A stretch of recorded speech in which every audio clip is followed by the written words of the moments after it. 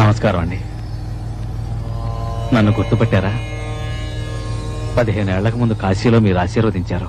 తర్వాతే గొప్పవాణ్ణి అయ్యాను. తమరిక్కడున్నారని విన్నాను. ఓసారి చూసిపోదామని వచ్చాను.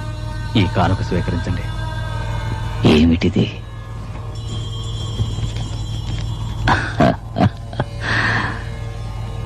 దీనివల్ల ఈ జడానికి ఏం ఉపయోగం?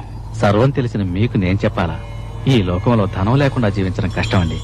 ధనం మూలం ఇదం జగత్తు కదా. ఇప్పుడు నీకేం కావాలి? మీ ఆశీర్వాదం వల్ల నా ఆశలు నెరవేరినాయి.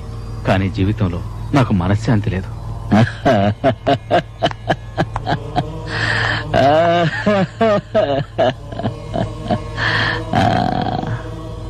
ధనమూలం ఇదం జగత్తని ఇందాకేగా అన్నావు.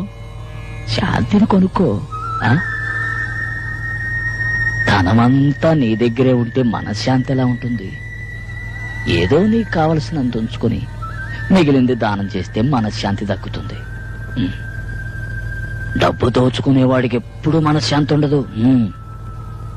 పుణ్యం దాచుకునేవాడికి ఎప్పుడూ తోడుగా ఉంటుంది. అవును, పుట్టేటప్పుడు ఏం తీసుకురాలేదు, పోయేప్పుడు తీసుకుపోయేది లేదు. ఇక దేనికయ్యా నీది నాదన్న స్వార్థం? అయ్యయ్యో, వెళ్ళు వెళ్ళు. ఇదిగా దీన్ని తీసుకుని లేని వాళ్ళకిచ్చాడు.